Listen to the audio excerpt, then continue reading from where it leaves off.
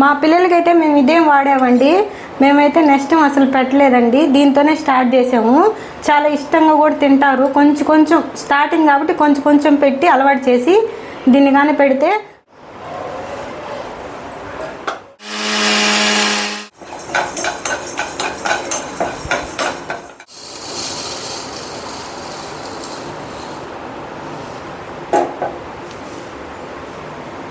Hello అండి, welcome to my channel. అందరూ ఎలా ఉన్నారు? బాగున్నారా? మేమైతే చాలా బాగున్నామండి. మీరు కూడా బాగుండాలని మనస్ఫూర్తిగా కోరుకుంటున్నాను. మన ఛానల్ని ఫస్ట్ టైం చూస్తుంటే సబ్స్క్రైబ్ చేసుకోండి, వీడియో పూర్తిగా చూడండి. ఈరోజు అయితే ఒక యూస్ఫుల్ వీడియో అండి. చిన్నపిల్లలకి బాగా ఉపయోగపడుతుంది. మన చిన్నపిల్లలకి 5 నెలలు 6 నెలలు వచ్చిన తర్వాత మనము పాలు తగ్గించేసి నెక్స్ట్ డైరెక్ట్స్ ఏదో పెడుతుంటాం కదా, అలా పెట్టకుండా మనం ఇలా ఈ ఫుడ్ ప్రిపేర్ చేస్తున్నాను నేను పిల్లల కోసం. అది ఎలా చేయాలి, ఎలా పెట్టాలో కూడా చూపిస్తాను. అదేనండి ఈరోజు వీడియో. ఏమేమి పదార్థాలు కూడా చూద్దామండి. ఇదిగోండి, నేనైతే ఫస్ట్ చిన్న చిన్న కొలతలతో చెప్తానండి. నేనైతే టీ గ్లాస్ నిండా బియ్యం తీసుకున్నాను.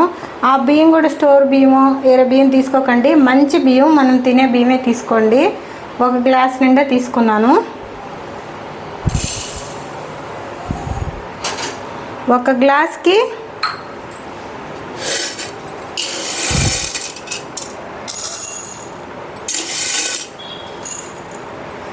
ఇదిగోండి సగం గ్లాసు కందిపప్పు,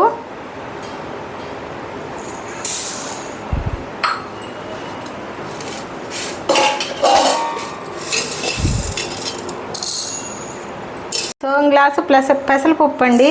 మనం ఏ గ్లాస్ అయితే బియ్యం తీసుకుంటామో దానికి సగం తీసుకోవాలి పప్పులు.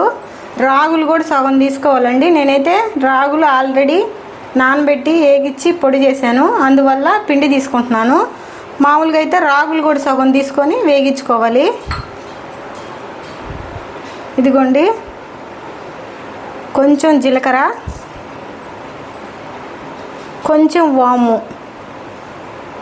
ఈ వాము జీలకర్ర ఎందుకంటే మనం పప్పులా వేస్తున్నాం కదా, పొట్లో అరుగుదలకండి. ఇవి ఎక్కువ క్వాంటిటీ వేసుకుంటే 1 కేజీ బియ్యం అలాగానే వేసుకుంటే 1 స్పూన్ వేసుకోండి. 1 స్పూన్ జీలకర్ర, 1 స్పూన్ వాము. నేను తక్కువ కాబట్టి చూడండి, ఇది కొంచెం వేసాను. 1 టీ గ్లాస్ నిండా తీసుకున్నాను కాబట్టి. ఇప్పుడైతే మనము అన్నిటినీ సపరేట్గా చిన్న మంట మీద వేగించుకోవాలి. ఫస్ట్ అయితే బియ్యం వేగించుకున్నాము.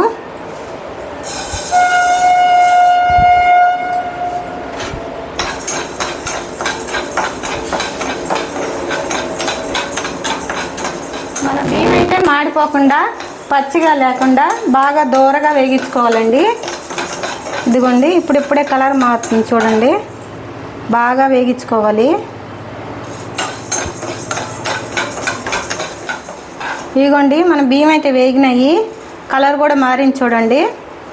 బాగా వేగిపోయిన తర్వాత మనం తీసి పెట్టుకున్నాం కదా, కొంచెం వాము కొంచెం జీలకర్ర ఈ బియ్యంలో వేసి వేగించుకుందామండి. ఇది తక్కువ కాబట్టి సపరేట్గా వేస్తే త్వరగా మాడిపోతాయి, అందుకని ఈ బియ్యంలో వేసి వేగించుకుందాం.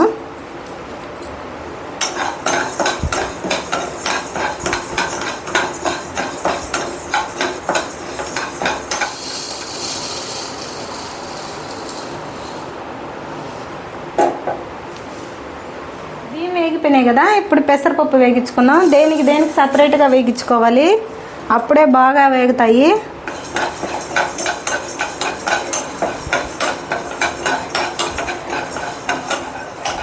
ఇదిగోండి పెసరపప్పు కూడా ఇలా ఎర్రగా వేగించుకోవాలి, మాడిపోకుండా. చూడండి ఎలా వేగిందో. ఇప్పుడు కందిపప్పు వేగించుకుందాం. నేను మళ్ళీ చెప్తున్నానండి, సపరేట్గానే మాడిపోకుండా వేగించుకోవాలి. ఇదిగోండి కందిపప్పు కూడా వేగిపోయింది. చాలా త్వరగా వేగిపోతాయండి, ఎందుకంటే తక్కువ క్వాంటిటీ కాబట్టి.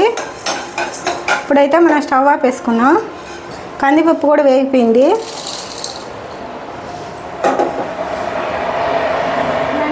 బాగా చల్లారబెట్టి మిక్సీ పట్టుకోవాలండి మనం మెత్తగా. ఇదైతే రాగులైతే వేగించుకోవాలి. రాగులు వేగించి పొడి చేశాను కాబట్టి ముందుగానే నేను పిండి వేసుకుంటున్నాను. దీన్ని వేగించాల్సిన అవసరం లేదు. ఇప్పుడు మనం మిక్సీ పట్టుకుని ఇవన్నీ కలిపి మిక్సీ పెట్టేద్దాం మెత్తగా.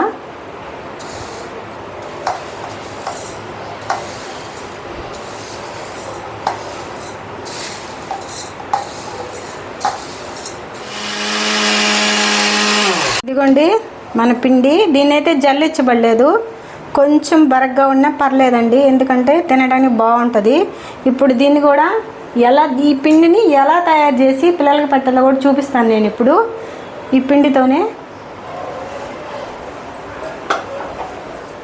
ఇదిగోండి ఒక గిన్నెలో మనం సగం వాటర్ పోసి బాగా తెల్లబెట్టుకోవాలి. ఈ వాటర్ని ఈ లోపల ఆ నీళ్ళు తెల్లే లోపల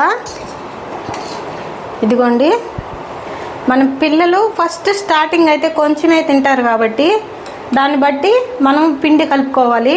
నేనైతే ఒక స్పూన్ కలిపి చూపిస్తున్నాను మీకు. దీంట్లో వాటర్ వేసుకోవాలి.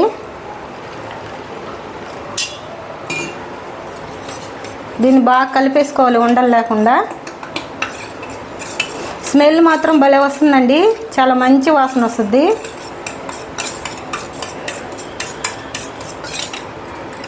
మనం ఈ పిండిని ఒక డబ్బాలో వేసి స్టోర్ చేసుకోవచ్చండి, గట్టిగా మూత పెట్టేసి. మనము ఫస్ట్ స్టార్టింగ్ పిల్లలకి 5-6 నెలల పిల్లలకి కాబట్టి ఈ కొలతలతోనే తీసుకోవచ్చు. ఇంకొంచెం పెద్ద 9 నెలలు అలా ఉన్న వాళ్ళకి ఇంకొంచెం కూడా మీరు ఎక్కువ చేసుకొని అయినా ఇలా తయారు చేసుకోవచ్చు. ఈ కొలతలు ఉపయోగపడితే చేసుకోండి, లేకపోతే నేను చెప్పాను కదా ఆ కొలతల మీద కొంచెం పెంచి అయినా చేసుకోండి. అంతేనండి మన పిండి.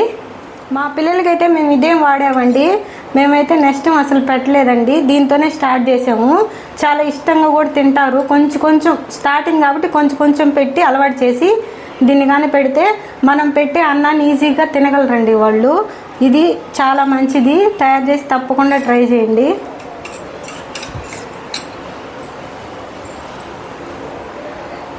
ఇవ్వండి మన నీళ్ళు తెల్లుతున్నాయి. అయితే బాగా ఉడకనివ్వాలండి. నేను ఎందుకు అంత వాటర్ వేసి 1 స్పూన్ వేసానంటే ఇది బాగా ఆ వేడి నీళ్ళలో బాగా ఉడకాలి, గట్టిగా అయిపోకూడదు, లూజ్గా ఉండాలి. అంటే వాళ్ళు తినేదానికి కొంచెం లూజ్గా ఉన్నట్టు ఉండాలి. నేను చూపిస్తాను లాస్ట్లో కూడా.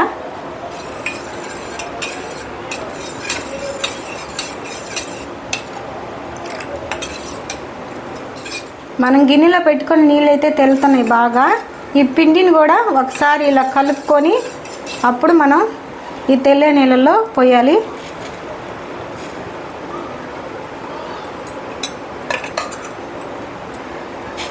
పోసి కలుపుతూ ఉండాలి.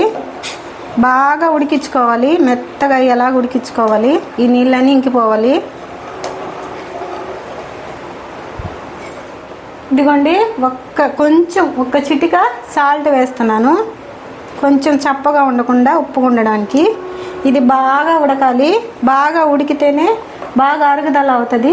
పిల్లలకు కూడా చాలా మంచిదండి, తప్పకుండా ట్రై చేయండి. 15 నిమిషాల దాకా ఉడకాలండి, బాగా ఉడకాలి.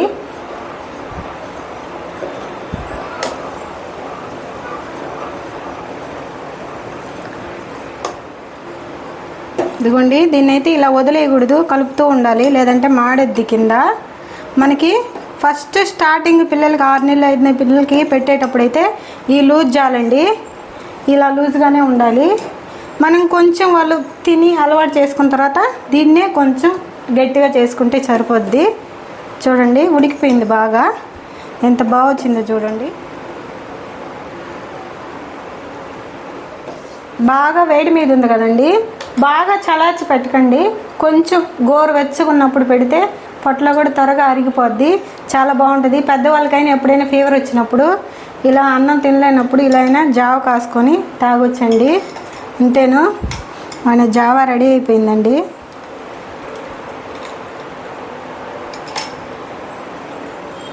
అంతేనండి, మన జావ అయితే రెడీ అయిపోయింది. ఇలా చేసి పెట్టండి.